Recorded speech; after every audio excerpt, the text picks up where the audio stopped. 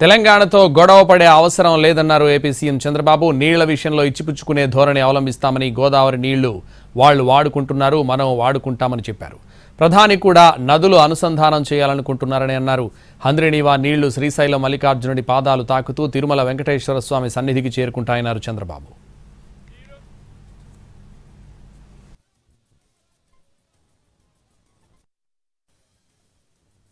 నేను ఒకటే ఆలోచిస్తున్నా, తెలంగాణ ఆంధ్ర కూడా కొట్టుకోవాల్సిన అవసరం లేదు, గొడవ పడవలసిన అవసరం లేదు.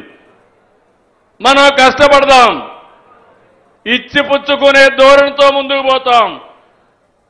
ఈరోజు నీళ్లున్నాయి, రెండు రాష్ట్రాలకు అవసరం. సముద్రం లేకపోయే నీళ్లు రెండు రాష్ట్రాలు వాడుకుంటే ఇటు రాయలసీమ అటు తెలంగాణలో ఉండే మెట్ట ప్రాంతాలు బాగుపడే అవకాశం వస్తుంది. మీ అందరూ చూశారు, భగవంతుడు నాకు ఒక అవకాశం ఇచ్చాడు.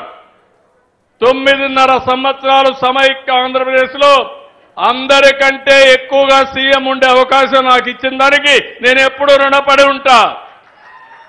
ఆ రోజు రెండు ప్రాంతాలు ఓటేశారు. 10 సంవత్సరాలు అపోజిషన్ లీడర్గా ఉన్నాను. అరుదైన గౌరవం, విభజన జరిగింది. అక్కడుండే ఆస్తులు వాళ్లకు అనుభవించడానికి పనికొస్తాయి. ఇక్కడ కష్టమైన నష్టమైన మళ్ళీ నిలదొక్కోవాలి. నిలదొక్కుని మిమ్మల్ని నిలబెట్టించే బాధ్యత నేను తీసుకుంటానని మరొక్కసారి హామీ ఇస్తున్నా.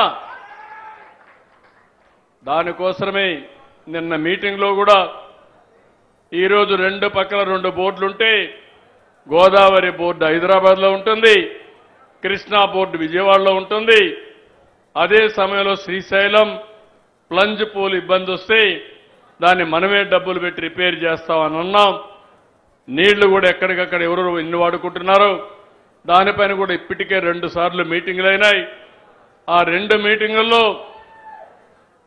విభజన కంటే ముందు ఏ రాష్ట్రం ఎంత వాటర్ వాడుకుంటారో అంతవరకు ఎన్ బ్లాక్గా వాడుకునే అవకాశం ఇచ్చారు. ఆ నీళ్లు ఆ విధంగా వాడుకుంటే ఎక్కడ మన నీళ్లు అవసరమో అక్కడికి తీసుకెళ్లి అక్కడ నీటి సమస్య లేకుండా చేసే బాధ్యత తీసుకుంటున్నాం.